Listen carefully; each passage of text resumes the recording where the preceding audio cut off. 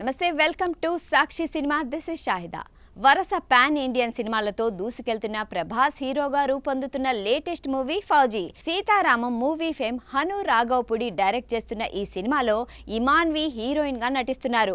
Jayaprada, Anupam Kher, Mithun Chakraborty, Bhanuchander key roles చేస్తున్నారు.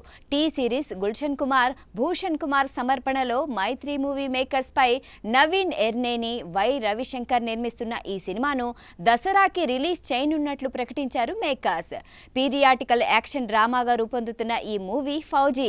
ప్రస్తుతం ఈ మూవీ షూటింగ్ శరవేగంగా జరుగుతుంది.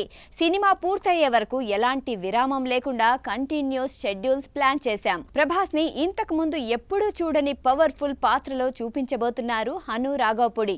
ఇప్పటికే విడుదలై ఫస్ట్ లుక్ ని అద్భుతమైన స్పందన వచ్చింది. వరల్డ్ క్లాస్ ప్రొడక్షన్ వాల్యూస్ తో నిర్మిస్తున్న ఈ సినిమా విజువల్ వండర్ గా ఉంటుంది.